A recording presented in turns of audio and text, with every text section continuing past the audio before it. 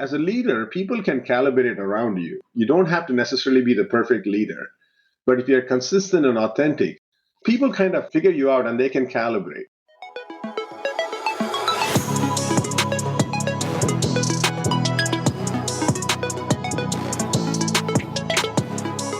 Hello and welcome to the first edition of the Accolite Podcast, where we focus on industry leaders as they share the unique experiences that shaped their careers, the lessons learned along the way, and their perspectives on the latest tech trends, leadership, and strategy. I'm your host, Manoj Jasra, and I lead global marketing and strategy at Accolite. In today's inaugural episode, we have a very special guest with us, Bask Iyer. Bask is an accomplished CIO who has worked with major brands like Dell, Honeywell, and Juniper Networks. He has over 3 decades of experience as a top executive, CIO, and digital transformation leader for high-tech and Fortune 50 companies. He is currently the CEO of Bask Mind, where his organization offers hands-on digital transformation, operations excellence services, and advisory services. In this episode, we'll be diving into his journey as a CIO and experiences that have been instrumental in his success. Welcome, Bast. Thank you for being our very first guest. Thank you, Manoj. Good to be with you. So let's dive right in. So you were the CIO at multi-billion-dollar brands, Dell and Honeywell and Juniper Networks. So you've had such vast experiences and that have been instrumental to your success. Can you share a couple stories and moments that you felt that were like defining moments that have led to your success in your career? Yeah, sure. I think, if you start with Honeywell, one of the good things about working in a company like that, it's a conglomerate with operations all over the world, very global, multi-diverse business, etc. So I was fortunate when I could work with Honeywell when we had, deep trouble. Around 2000, we had not only the 9/11 impact on all the aerospace industries and so on, but there was a big pending merger looming across GE trying to acquire Honeywell. And so we had to work through those issues. The stock price was down. Obviously the performances was not good. A lot of the leaders had quit and left the company thinking, they were pretty much done. We all received packages, etc. So at that time, it was an extraordinary time to, work on leadership. So the bonds that were formed between the few of us who had the opportunity to work there, and the fact that the most difficult times or most difficult years are when you actually don't make a lot of money, either through stock options or bonuses and so on. So I think those were defining. I think you kind of trump through operations, and operations is pretty important. And you don't come with a pedigree or your college degree. None of that really matters. So you have to know your businesses through showing that you can actually do the job. So first lesson to me is it's very easy to get the job. It's very difficult to do the job. So I was fortunate that I was put in circumstances where it wasn't glamorous, but you had to work your way up. I didn't land as a CIO of these companies, definitely not of Honeywell. I earned the right to be there. So those were good learning lessons for me to say, if you want to play major leagues, it's good to go to the batting cage, hit a few balls that come at 80 miles an hour, 90 miles an hour. So when you get to face a 100-mile-an-hour ball, you're ready and willing. It's interesting how you describe that. It's like, it feels like the trying times where you're not successful is where, like you said, pedigree. And I'm thinking that's where true team chemistry is made. And that's where you can kind of lock arms with your team members. And if you can survive that period, the amount of success you can have afterwards is just incredible.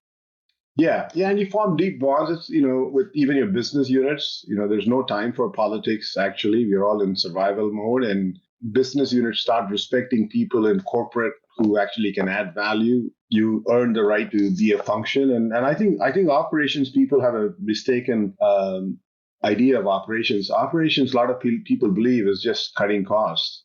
You cannot cut costs by just managing a budget or, just whacking line items. You have to be extremely creative and you have to take some risks, big risks. And because status quo and pushing the vendors and et cetera would give you 5% savings. And when you want 30, 40, 60, 70% savings, then you have to really re-engineer. And to re-engineer, you have to have creativity.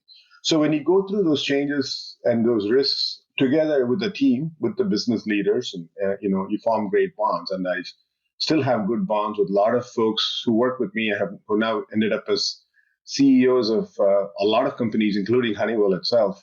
But we all worked together in the trenches long time ago. So it was a good experience. I didn't enjoy it when I was doing it because it was a lot of work for very little compensation, but no regrets at all. So just for context for the listeners, where did you start with Honeywell? And obviously you got to the top job, but where did you start in your kind of your initial days? Yeah, my experience, I worked a few years in Florida Tech in the NASA campus, and I worked in manufacturing for 5 years, then in J&J and Glaxo, working pretty much every job in IT. In Honeywell, I was hired to lead digital transformation. They call it digitization in the year 2000. They were, ahead of their times. And so I joined as one of the leaders to pretty much take all the functions that people are doing and to digitize. So I was not even IT at that time. You would call it a shadow IT. So I was a business person hired to do digital transformation for a lot of corporate back office, front office, e-commerce, etc. That's where I started. I had a team of 0. I think I had a budget of 0 as well when I started. Yeah.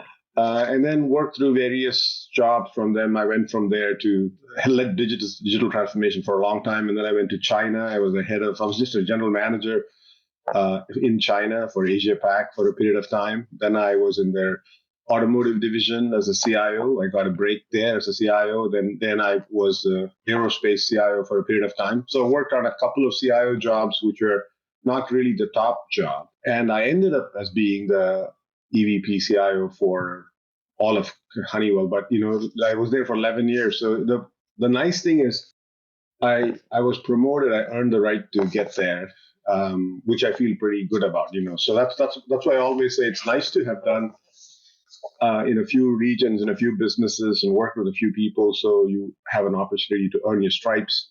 Because when you get the top job, people are expecting you, they're watching you, and you haven't built credibility. So if you pretty much have gotten the top job right away, that's a pretty difficult bar, because people are almost watching you and say, what can this new kid do? Whereas here it was good that, in fact, I was fortunate that I didn't get the opportunity. I always felt like when I got the different jobs, I was well ready for it. I was waiting for it for more than 6-7 months. So that turned out to be pretty good, that when you got the job, you were, I felt like I was prepared for it. Prepared, and it was expected, and your team supported you along with the entire organization. And it feels like you mentioned different regions that you were part of, as well as obviously different parts of Honeywell as well. How did you first get opportunities to go to these different regions and different parts of Honeywell?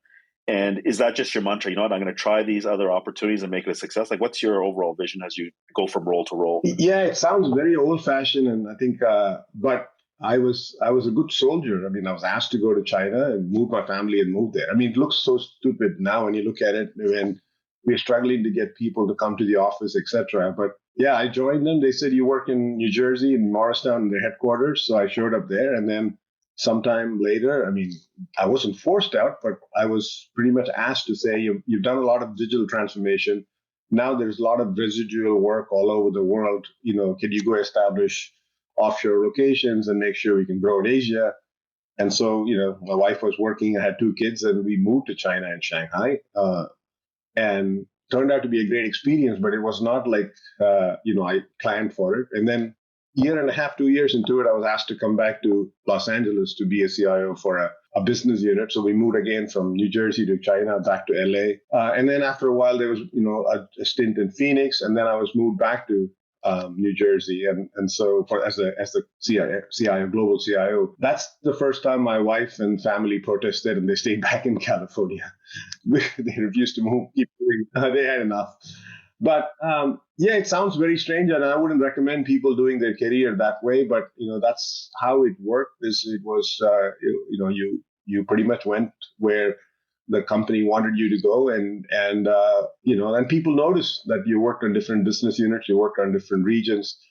In hindsight, it gave extraordinary breadth to me, having worked in all parts of the world. But I can't say I planned it that way. It was an opportunity that they pretty much asked me to do, and I took it, and the learnings have been fabulous. But there was hardship. It was difficult. I mean, difficult to move your children during high school days, and like I'm sure my daughter still has scars from moving all over the place during those times. But from a career standpoint, an experience standpoint, I wouldn't pass on it, right? Well, the amount of perspectives that you've gained, I've done it a bit differently in that you've done it, obviously, you long-term careers at Dell and Honeywell and Juniper Networks. And my career, I've always tried to take the opportunity. So going from airline to telco to agency to consultancy and hospitality, I've just found that it kept you hungry and fresh, and also gave you different perspectives as you took on the new roles as well. Yeah, I think so. I mean, I'm very happy with that. I've met a lot of folks, and then there's no one right or wrong way to do, but I've met a lot of folks who pretty much not left Silicon Valley or not pretty much left East Coast, and or never left away from tech, right? And it's actually one thing about Silicon Valley I've talked about it. A lot of people have not left San Francisco other than going, for business trips to Barcelona or somewhere, and it completely screws up your perspective, which screws up you don't understand the customers as much, I believe, and you don't understand the industry. I mean, there are a lot of folks who have not worked in several companies, several verticals, who are CEOs and leaders of top technology companies in Silicon Valley. And sometimes those blind spots do show that they assume everything is a software company, everything is easy, and don't understand why these tech guys don't get it, etc. And do not understand that there's, even in the US, there's a Midwest, there's East Coast, West Coast, etc. And then there's a whole world. And there are a lot of traditional companies who just don't get blown away when you talk about cloud or mobile or things like that, right? They just don't. I mean, they have to manage inventory, manage supply chain. And when you talk of things of AI and so on, you have to put it in business context so they can get some benefits. You cannot just go and say, I think you should go to cloud computing or you should adopt AI. I mean, you would be thrown out. Makes sense. Well, that's an awesome history of Honeywell and your career and your opportunities there. Shifting to, I think the listeners would love to understand your experience at Dell, working with Michael Dell. You told me in the past that you worked right alongside with him. We'd love to hear a couple stories of your time there and what you led there and the relationship that you had with Michael Dell. Yeah. I think the nice thing about Dell is, almost everybody you talk to Dell would they'll have a Michael Dell story. I mean, he is pretty much there. His name, he's a founder, he's an icon of the industry, but he's not sitting in an ivory tower. So a lot of people have stories about meeting him, talking to him, and a lot of people have been there forever because it's a good company and he's led it well. But a couple of things that I had an opportunity to work with him, which is very fortunate, and a couple of things I liked about what to share is how much of a listener he was, right? I mean, sometimes we get a perspective that we've been there, arrived, gone everywhere. But you could see him when talking to customers or even to me. It would be surprised. He would ask for input and listen to what my ideas were to do digital transformation, what you can do for e-commerce, etc. And I was actually taken aback, right? That he was actually looking for me to provide input on certain things. And I was talking. I mean, we were actually talking about something about Dell e-commerce. And back of my mind, I'm thinking he was the first guy to sell PCs directly on the website, and you can't forget that. That happened in my time. Very true. Yeah, and so I was halfway through. I was giving all these brilliant ideas on what we can do on digital transformation on the Dell.com commerce site, and halfway through, I had to pause and say, "Do you even know who you're talking to?" But I had a pause. But he was all, he wanted to listen. He was looking at learning, digging in. So I think that's one characteristic. Is I was just quite surprised as to why would he be driven and why would he be hungry to learn and so on. I mean, you have arrived, is how I would think. So that was a good one to file away. Every time I get a little arrogant about myself, it's good to go remember and say, this is a learning experience. You have to have a curiosity. And he had something, he said, happy but not satisfied, or something like that, which is great. He was not really unhappy. He was all happy with the successes, but not resting on the laurel. So that was good. And the other one is, it seems, at least my experience has been, he came across like a human being to me, and that's how That's how I interacted, and that's been my style. That's worked. That's one thing I tell people is I try to be as authentic as I can. So if you wake me up on a Saturday and talk, I probably would say the same things that I would do if I come to a company. And these sometimes it may come across inappropriate, not polished, not political enough, whatever. But the advantage you get is, first of all, it's a huge relief to be yourself rather than somebody else. And secondly, people react differently when you talk. So with him, I talked like how I would talk to you or somebody else, and that actually helped quite a bit. It helped me because I was not trying to be somebody else, the smartest person in the room. I was trying to be myself, and I could do a pretty good job of being myself. And secondly, I think he related very well with it. So I didn't feel I had to put on a different accent or or different tone or hide behind a degree or whatever. So I think those are some lessons learned. And secondly, listen, he does know his operations. So I always come back to operations part of it. Is it's not very fashionable to talk about it, but you got to know your operations. You have to know, how your PCs or computers get made. How do they get sold? What are the critical days? What's the weak point in your supply chain? Who are the folks you have to rely on to get answers done? And so I think both Honeywell and Dell have shown because of their operational excellence. So that's a good lesson for me, is to say you can never forget, operations. Where if you don't understand the core of the business, how are you going to try to operate it or put technology or innovation on top of it, right? Like otherwise you have no foundation to start from. Yeah, and so some of the things is there's another reason for your first question is if you work in multiple regions and multiple industries, then you understand a few things. So if you've never worked for a company that's made anything, in the sense it's never made anything other than software, for example, nothing wrong, but how would you honestly understand supply chain? And supply chain does not make even sense in some of these businesses, right? You're creating software, and so how do you make a widget? How do you track it? How do you track inventory? So that's one. The second is there's a whole back office function in most of the companies, and I can see a lot of companies struggling to operate, to go to a subscription model. Most of the digital transformation issues with companies has not been adoption of technology, but it's adoption of their operations and business to the newer technology that is available. So I think unless somehow, my belief is unless you work in a variety of industries that you can borrow lessons and stories from one and the other, it's very difficult to be, really effective in digital transformation. It's just my point of view based on my experience. Obviously, I can form on it based on the experience I've had. Totally. Mental models of what you can apply previously to your future kind of perspective, right? Right. Exactly. I think actually when I went to, so what is interesting is when I was the CIO for Dell, I was also the CIO for VMware. I was doing it both at the same time, which was unusual. I haven't seen too many people do it. Two public companies to be C-levels, to go to two different boards and so on. When you come to VMware, it's high innovation company, it's high-tech company, and you have to make sure employee experience is high, and you have to differentiate with technology to showcase to customers that IT actually does digital transformation, even within VMware, etc. It was a different message. When you go to Dell, it was like, make sure those things get shipped on time, make sure your e-commerce site is up all the time, Thanksgiving sales are done, there's product defects are zero, inventory is zero. You manage your costs tightly. So it was like a Jekyll and Hyde kind of a personality.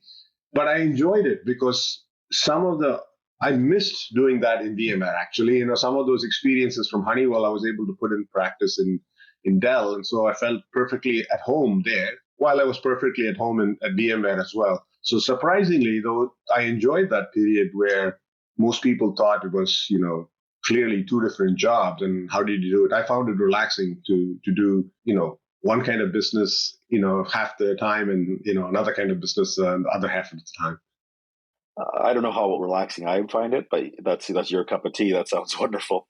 That's two major corporations that you're running, so that's pretty awesome. I was going to ask you. You said one point where you were talking about Michael, and you're talking about leadership lessons, and you talked about this perspective where he made it comfortable for you to be yourself. And I know that you've probably been a part of a lot of organizations, so have I, where in the past where, you walk into a room with an executive or a leader and you have to act a certain way, and therefore you might not give your best ideas or be comfortable in sharing something innovative or a moonshot or something like that. Can you talk about is with your leadership style, how that you've emulated that going forward? Because if you don't have authenticity and comfort with your teams, how do you get the best out of them in conversations? Yeah, I can give you some examples. So let's talk about, when you run IT and you run operations, there are always crises and issues. There are times when your customer-facing site is down and you're not able to book revenue, or your quarter end comes and there's something going on where your ERP is not up when it absolutely needs to be, and so on. There are operational issues that you have to handle. And then there are mistakes made. Sometimes this happens because humans sometimes can go and delete certain things that they shouldn't be deleting because they're trying to do the right thing. I mean, they're trying to make sure the commerce sites works better, and they try to make some optimization on the fly, which they know they shouldn't do, but it happens. And so what happens at that stage is, if your leadership style is not something that is authentic and you can put people at ease, etc., it takes you forever to get a root cause. It takes you like days to get the root cause. And what I found is just being open, honest, and people know that you're looking for the truth and you're not necessarily looking for a witch hunt. I mean, you get the truth pretty quickly. And I think we've been able to recover from a lot of really bad issues because there were opportunities for people to come back and say, I think I may have deleted it. I may have screwed this up. Right. And then at that time it's a disaster and you have to recover. But we've actually had a beer and fun after talking about this. And I used to joke to these guys to say, hey, it's quarter end. Please don't go near the keyboard. Right. I've done that. And it becomes a fun thing to do. Yeah. But it's a fun thing to do. But I found that, I try to put people at ease. The first thing we do, whether it's customers or business users or my own staff, putting them to ease, because in business context, nobody's coming, I haven't seen too many people come with a malicious intent to say, I want to screw up and I want to really mess it up. And a lot of times they think they're doing the right thing and they haven't. And also the people who do this big disasters are also typically the people you've given them that responsibility because they are really good. So if you really start turning your pressure on without knowing the truth with them, then the truth doesn't come out, and these people also just get disengaged. So I think that's one that helps. The other thing is, I found that as a leader, people can calibrate around you. I mean, you don't have to necessarily be the perfect leader, but if you're consistent and authentic, people kind of figure you out and they can calibrate. I mean, there'll be few people saying, hey, don't go to Bask with a 3-page document when he's looking for an answer. He wants something, pretty concise. Okay, that could be a defect because there are other people who need a presentation and details to get it. But I think people can calibrate and say, okay, this is the style he likes. Get to the truth. Don't start with some statements and don't quote, consultants or anything. Just get to the fact. But if one day you want that, another day you want, different things and so on, and people do not know how to calibrate, and that's very frustrating. So I find, like, if you're authentic and you're yourself, like your family, I mean, I'm sure I'm not the perfect dad or perfect husband, but if you're consistent, somehow they can calibrate around you and work with you. So that's one thing I found, that good leaders have to be consistent. And the second thing with authenticity is, as an executive, this is something you don't talk about. There's a lot of pressure on yourself. You are going to battle for 40 years, 45 years. And I've seen a lot of execs get all kinds of health issues or problems, or get into pressure situations and screw up their lives or health, or make poor decisions because their mental health is not great because of stress and pressure. So I think one way to relieve the pressure is to be yourself. Then I just have to be a best version of myself. It's a lot better than trying to be best version of somebody else. So I mean, practically, I found that for my mental health and like executive health, if you will, just being yourself, and then it calibrates. You get opportunities in companies who value your authenticity, and you probably do not get opportunities where they do not value your authenticity, and which is fine, right? You don't want to be the EVP, CEO of a place where you're not yourself. It's tough to be someone else for that long, which kind of ties to why potential mental health issues exist around that when you're not your authentic self. I picked up on a couple very interesting tidbits there, which was being consistent allows your team to calibrate around you. And that's very true. Otherwise, if you're a roller coaster of emotion or specific asset you have, your team is going to represent that along with their journey and their time at the organization as well. Mm-hmm. And I always like to say, like, when we walk out the doors of, in your case, if you walked out a door of a Dell after work or a Honeywell, or in my case, whatever company I'm at, we're equal. Like, we are humans at the end of the day. Therefore, the authenticity is very critical in the way we work.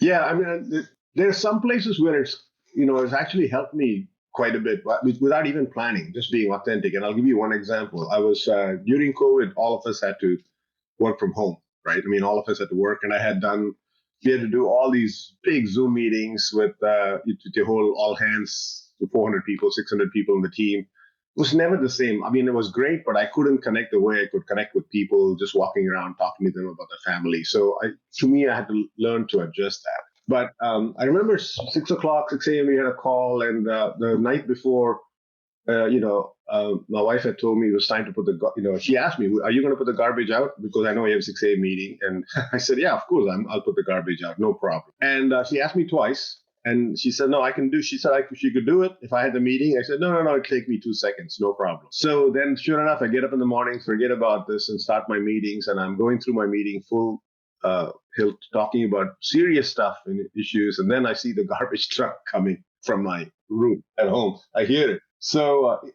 initial panics comes in because I know she's going to be after me if I hadn't put it out. So I didn't plan it this way. I just said, hey, guys, can you talk to yourself? I'll be right back. And I rushed out, put the garbage thing, and came back. Apparently, people all figured out what was going on, right? I tried to hide it to make it look professional. People all figured out, and they had a huge laugh. And, because they heard the garbage truck, they saw me and run and put it out. And when I came back, it was just, I was apologizing for being unprofessional in the meeting, but it turned out to be a lot of people just loved the fact that, hey, here's somebody working from home is going through hell like everybody else. Not, in fact, even not as bad as some of the other people are going through. And it turned out to be one of the highlights that people talked about, again, if you plan that, I keep telling people, don't plan something like that. The lack of authenticity will show up.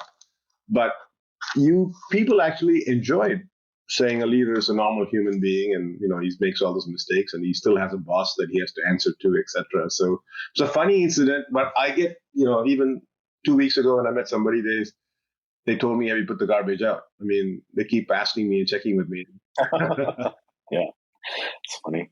Actually, the other moral of the story is you can let your boss down, but you don't want to let your spouse down. That's for sure. Yeah, the hierarchy is important. Exactly. Yeah. Okay, switching gears to kind of the last topic. I love your thoughts on, the world of technology is changing. Generative AI is here. Obviously, everyone's got perspectives, and it's changed so fast in the last 10, 12 weeks, and it continues to change week on week. And that pace is changing so fast that it's hard for people to even keep up to this pace that it changes at. So when you let's look at not next month, but if you look at the next 12 months, the next 24 months, how does your world change? How does the world of technology change? How should people think about taking the advancements that have come and kind of integrate them into their day-to-day business? How do you think about the world from that perspective? Yeah, I mean, the answer is it's pretty scary, change. And I give you a perspective. My wife and I did a thesis on AI in our master's dissertation, and we struggled with a lot of things in AI. Even 25, 30 years ago, we couldn't do a lot of things. And I can tell you that what they're talking about and what we study are night and day. Not just the computing has changed, but the algorithms and stuff have changed. Neural networks we thought was just vaporware, and I mean it's pretty much here. And every time I'm watching this and seeing this, I feel like we're talking a lot about what's going to happen in the consumer side of the equation, but nobody's talking about the enterprise side. I think it's going to dismantle the enterprise side, maybe not in 12 months because the enterprise moves slowly and there's still this thing called legacy. But 24 months, I feel like I'm telling a lot of my clients that a lot of the enterprise software that you're working with are 50 years old. I mean, some of the ERP systems are 50, 25. Some of the most modern systems that we use are 25 years old, right? This is not cutting edge. It helped when you're trying to re-engineer a company where if you make one widget and you want to make 10 million widgets consistently on scale, then these systems, the huge CRM systems, the ERP systems, the financial systems, all that helps for you to build scale. But I feel like every time you implement these legacy systems, you're just throwing concrete and where you need to be flexible. So I feel like all the enterprise software, all the infrastructure software, all the CIO jobs and roles have to be redefined and can be redefined. And so when people are buying tools and other kind of stuff, I keep saying, please don't start pouring concrete when you're trying to do digital transformation, because the future is going to be totally different from where we are. And unfortunately, I mean, I think people are still pouring a lot of concrete every day into their digital transformation, thinking that is digital transformation, is implementing the next version of the next software that they're selling. So that's one. The second is a lot of people are talking about AI. There's only 3 companies that are going to do fundamental AI work to me. The rest of us are all going to claim it's AI. Every vendor I talk to is saying they're doing AI. So I am really skeptical about vendors or partners who kind of say AI and have 2 or 3 people who have somewhat dabbled with it. So I have a feeling that there is AI washing already, and there's going to be more. So one of the things I'm going to be running away from companies who talk about AI, because I am thinking there's AI washing, and there are 2 or 3 companies that we know of who are companies to watch. And the more if I was a startup, if I was a CIO in a company or operations person, I'll be looking at things ground up. So I think it's pretty fundamental. And I'm sounding the alarm bells only because in enterprise, it takes so much time for people to change. So it could be 2-3 years, and we could be very, very obsolete if you don't look at these things. It kind of turns into you better get on board or you're going to get rolled over. The type of kind of time in our lives here on the specific type of capabilities and acceleration that it brings appropriately to all of our businesses. Yeah, the reason I didn't use those words is I've heard this on 30 years in my CIO careers. They say CIO's career is over, right? So every time every supplier or somebody had new idea, they'll say, if you don't do this, your career is over. Right now, no vendors saying that. I mean, we are just watching the technology and say, "Ooh, this is very cool." I mean, I'm not scared of it. I think it's very cool, but you have to be really ready for it. You have to be really thinking out of the box. You need to have this leaders should be taking a break from what their projects portfolio and management and kind of take their leaders and go out and think and say, how does this redefine us and where are the places we can experiment? Right. That's one. The second thing I believe is I may be wrong here, but I feel like this is the time for us to be more human, right? It's not the time for humans to be artificial. The humans have to be more humans, meaning all the things we talked about, the things that we have, the things I thought I was a very intuitive person when I was growing up, and then my engineering degree and my professional jobs trained me not to trust my intuition, right? They always tell you, do you have facts and data? Do you have all the data? Do you have the facts? Do you have the facts? Do you have the facts? Well, it turns out that, you can have all the facts you want, but the AI is going to make a better call because it has more data and more facts that you don't even know about. So there's no way you can be the master of all the facts. But I doubt if the AI systems are going to have the intuition that you have right now. Do they have the humanness? Do they have the compassion? So I think to me, I was telling the leaders, try to be a better version of your human and then keep a big eye on what is happening here and try to be creative, etc. Because, even things like, I think mediocrity is going to be challenged. If you're a programmer, I believe, unless you're a fabulous programmer, if you're a mediocre programmer, it's game over, right? If you write programs to add 3 numbers and come up with results, that can be done. You don't really need to do that. But I still feel like maybe it's the idealist in me is I still feel like the Picassos and the geniuses and the really guys who people who put in the who are genius category have a room, and then humans who are really good humans have a great opportunity to shine right now. So that, I mean, if you look at the positive, that is. But I'm truly excited that this is going to probably change the whole thing. I haven't used the career is over because we've used it almost every year, and And I'm still there as a CIO after after being told every year your career is over. Yeah, and very interesting. I like my perspective on it is this is a new kind of tool at our disposal, and it's almost like a superpower, and it's a superpower that almost everyone will have access to. Right.